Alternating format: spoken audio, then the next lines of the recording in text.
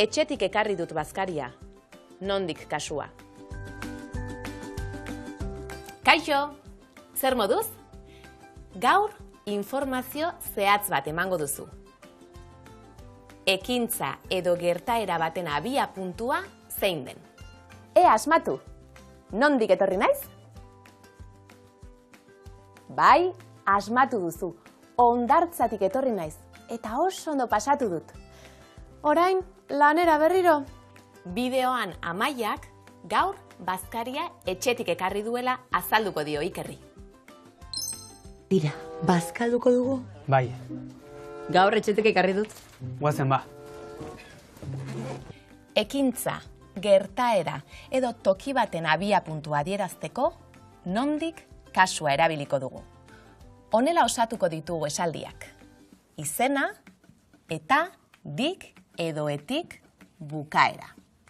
Adibidez, nik gaur etxetik ekarri dut bazkaria.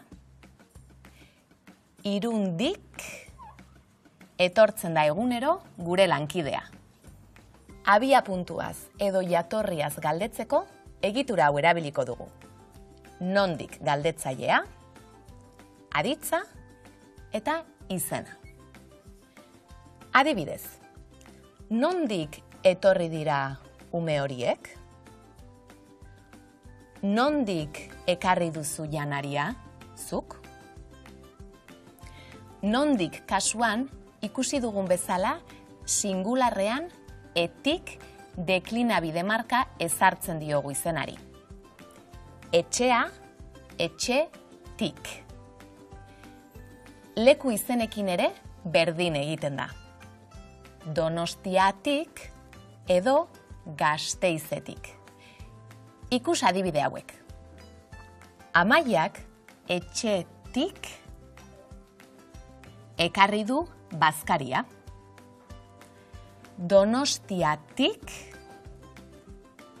atera dira txirrindulariak. Gasteizetik abiatuko gara bihar. Leku izena L edo Nez amaitzen bada, dik deklinabide marka ezarriko diogu. Ardo hori oion dik ekarri didate lagunek. Pluralean eta tik bukaera jarriko diogu. Oporrak, oporretatik. Adibidez, Ikerrek oporretatik opari bat ekarri dio Amaiari. Mugagabean berriz, tatik bukaera jarriko dugu. Hiru herritatik igaroko gara.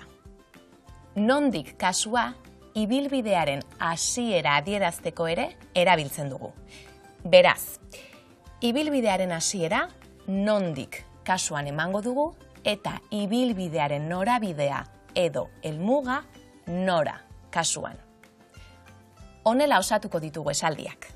Izena nondik kasuan, dik edo etik bukaera erantzita, eta izena nora kasuan, era bukaera erantzita.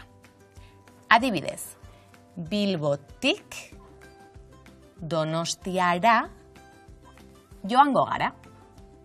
Lagundu esaldiak osatzen. Zein da abia puntua edo jatorria galdetzeko galdetzailea?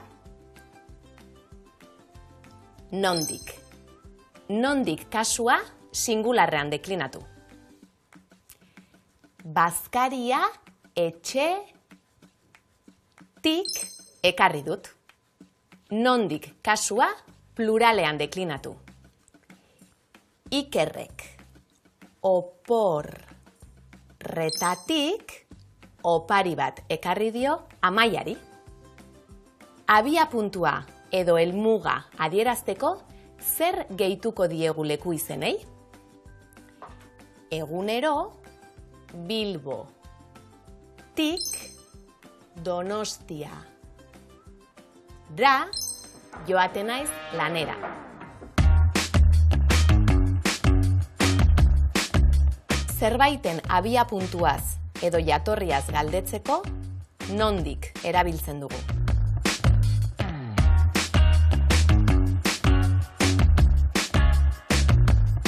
Ekintza baten abiapuntua edo jatorria adierazteko, nondik kasua erabiliko dugu.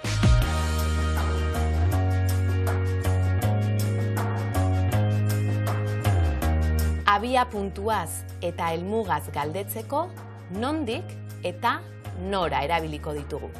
Erantzuteko, izenak nondik kasuan eta nora kasuan jarriko ditugu. Nondik kasuaren deklinabidea.